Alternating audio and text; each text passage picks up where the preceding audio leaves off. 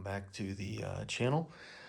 It's probably gonna end up being a 3 or 4 part video here. I'm got some roadbed issues, just some installation error, just kind of not installed very well on my layout that have been bugging me for a while now, and I'm gonna go back and fix them. I've already started fixing them. I fixed them on this bend and the main line over there.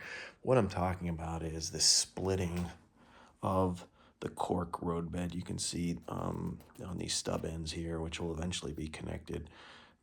See this? See how the two halves of the cork roadbed have opened up? Well, that's carried all the way through, and it's showing up now in the ballast. You can see it here because the ballast, it's wide enough now that the ballast is falling down into that crevice. And what makes it even worse is this is actually elevated on foam. So there's probably other crevices and stuff for the ballast to fall into even deeper. So the more ballast you put on, it eventually finds its way into these crevices, and you can't fill these gaps with just ballast. And it's really bad on this turnout. This is pretty wide, especially this one right here. So the plan is pull the track up. I'm going to pull up this mainline stub, pull up this turnout, and pull out this line that goes that way to the other main lines, and get in there, pull up the ballast, clean up the ballast, pick up the ballast, however you want to say it, and get in there and seal that.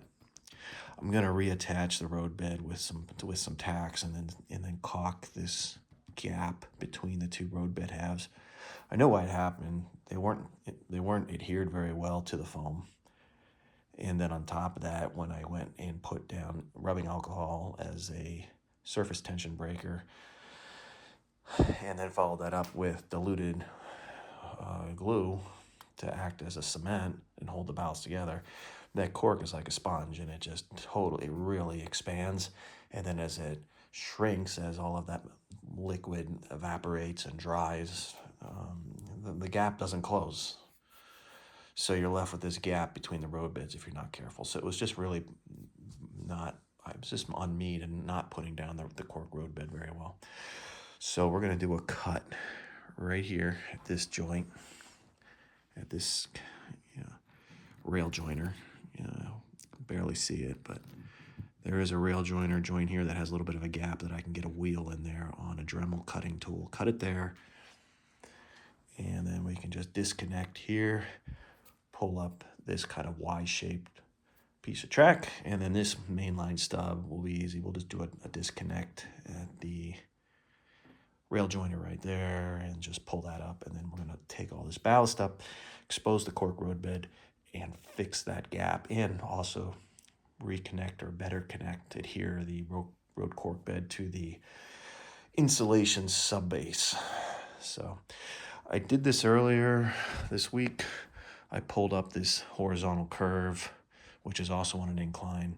So it's on a Woodland Scenics 1% grade incline. And if you know that Woodland Scenics kind of has a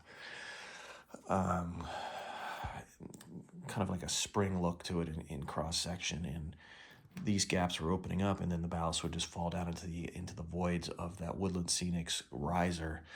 And you're never going to fill the gaps because there's so much room in that riser, so many big voids in that riser for the ballast to collect. It's never just going to fill the gap because it just keeps falling down into those voids. But pulled it up, rebuilt the roadbed, put it all back. Looks good. Those gaps are gone. The ballast sitting on there nice. I just got to get the ballast now cemented down. And then these main lines were also completely relayed, rebuilt.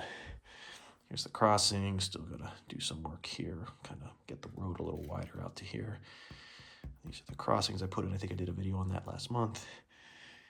Then I redid the main lines here for the same purpose that the roadbed was splitting. And then that will just leave me with this horizontal curve, which is also having the same issues. You can kind of see where the ballast is falling down, and you're left with these really ugly gaps between your ties, because that's where the seam or joint between the two cork roadbed halves lives. And this is also on a grade, and it's on a Woodland Scenics 1% riser.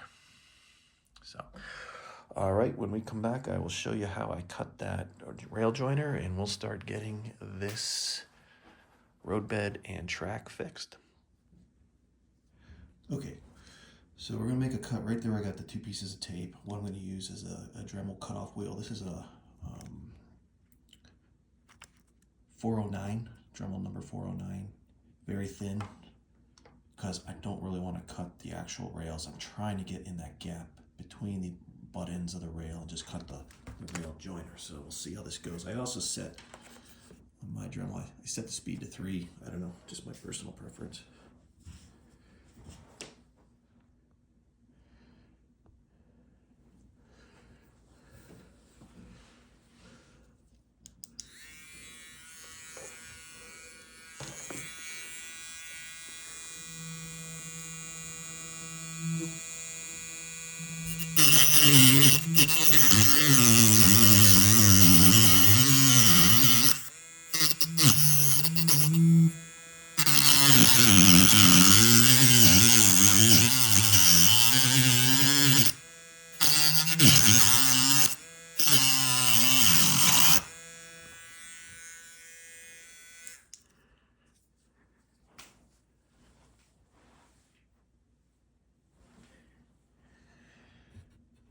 All right.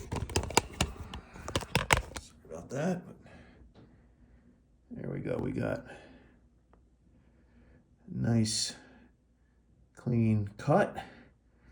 And now I'll disconnect from over there. I got some track pins I need to pull up. And then this Y-shaped piece of track should just come up.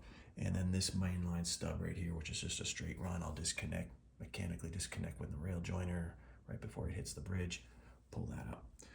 So that is the next step. Okay, after much effort, I got the track pulled up, and you can see what's left here. You can see that there's lots of globs of ballast, and you can see the cork roadbed. And here's the culprit. Here was the bigger culprit right here. You can see that big gap that exists or existed between the cork beds. Pretty much just the geometry and trying to get the alignment right of this, this turnout cork bed coming in to hitting this main line going that way. It just got kind of messy here, and I never filled it in. Or if I had it tight, it opened up when I put down the rubbing alcohol and eventually the cement, the diluted glue solution. So this is where we had that big void between the ties on the turnout. All the ballast is just going right down into here. And then as you work your way this way, you can see that this cork roadbed's just not fastened down very well. And then this opened up, and here's that seam between the 2 cork roadbed halves. And there's tons of ballast down there. So next, I'm gonna use the scraper here and just gonna go through and scrape up all this ballast, suck it all up, try to get this down to this bare cork roadbed. And we're also gonna paint the roadbed gray. Something else I didn't do, I don't know why, because if you get for example, this is the part I just replaced earlier in the week. When I pull this up, I painted the cork roadbed gray, and this is why, because if you don't get a perfect ballast job, at least temporarily, it doesn't look too bad. At least that's gray. Now I'm going to go back through and add some more ballast, but I can live with this until I do that. It's not like it's this color showing up through there, which just jumps right out at you. At least it's gray. And any little voids in the permanent ballasting that you might see, you might not see them because they're gray now. And that's what we got to do here. So this is too loose. It's got to be fastened down better. It's got to be then caulked and sealed. That seam's got to be caulked and sealed, especially here.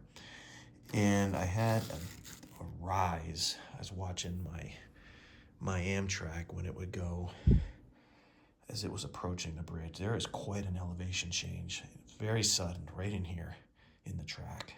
And I got to figure out what's going on there. It's almost like something heaved and moved up vertically, or it's trying to hit the alignment, the elevation alignment with the track on the bridge. So I got to figure that out as well. So there's a lot of track work to be done here. Fortunately, going backwards, you know, I probably put this track down 8 months ago, and then I did all this scenery, and I got to clean this up. As I was pulling this up, these little pieces of ballast just go everywhere. Now it's in my grass, and it looks like crap, but we'll get that cleaned up. But that's how you learn, unfortunately. You learn from your mistakes, and as you do this more and more, you get better and better at it. So that's where we're at. Next step I'll show you is once we have the ballast cleaned up and the roadbed painted and refastened and ready to receive track.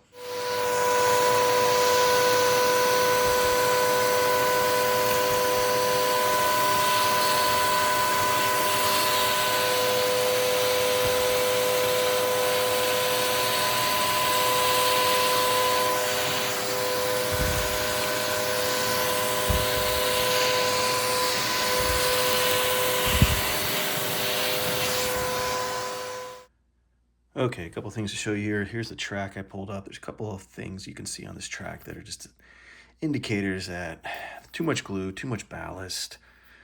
I got to go through and scrub the track. I mean, we got ballast still clinging to the ties. You can see that there was ballast. The ties are basically totally embedded in the ballast. I'd like them to be above the ballast a little bit. And this is after I spent about a half hour cleaning everything up here. You know, it's just a lot. I just think there was too much ballast, too much glue. Everything's globbed together. Kind of makes the ballast almost look like rocks or small boulders in some parts along some parts of the track. You know, this all needs to be cleaned up. You know, stuck between the ties. So, track is up. Next step, clean the track. I'm then going to go, once it's clean, I'm going to weather some of the ties. I just randomly pick some ties and change the shade of brown or gray, whatever you want to use. Just helps the realism, makes it look more like a prototypical tie if you kind of pick some random ties and just use different shades. Here's my bin of recycled, as much as I could. I recycled as much of the ballast. This is Woodland Scenic's fine gray ballast. I like the fine stuff for the end scale. And some of this still needs to be broken up, but there's clumps in here, again, which I think is kind of an indicator at some point of using too much glue, diluted glue to hold the ballast down. And then I spent about 15 minutes here cleaning up the section of track that we are rebuilding. And here's the culprit. So you can still see, if I get you down there, that's where all the ballast was going, because the gap was here between the different pieces of cork roadbed. Gets down in there. I mean, that's at least 1 inch deep. So there was no way to fill that gap. All the ballast was just going to keep going down into here. This is the Woodland Scenic's 1% riser. This is just 1 inch rigid insulation. And you can see the riser. It goes off on that turnout to help bring it up to this elevation. I'm keeping this piece of cork roadbed. It's embedded in there pretty good. It's in good shape. Just got to clean it up a little more, a little bit of ballast there. Here's the connection with the bridge. Cleaning this up. I'm having some elevation issues where I could see the Amtrak rising up several feet very quickly to hit the elevation of the bridge approach. And everything's nice and clean. Keeping this piece of cork roadbed as well. So we'll have 2 new halves of cork roadbed, and then we're going to have different smaller pieces like this of cork roadbed to fill the geometry in here where the turnout's coming in for this where this line comes in and hits the main line here. Got to rebuild this, and then we're going to seal it with caulk and paint it. But that's going to be in part 2. I'm going to call this the end of part 1, which was basically the deconstruction, demolition of this piece of the main line and turnout. And part 2 will pick up once I get this in the process of being rebuilt. So hopefully you guys found this part 1 kind of helpful on why I'm doing this and what I'm hoping to achieve. Not sure if you guys have run into this problem either, but it was really bugging me. It just didn't look good on the layout. So that's the end of part 1. Hope you guys will join me for part 2 in the future. Thanks for watching, and bye-bye.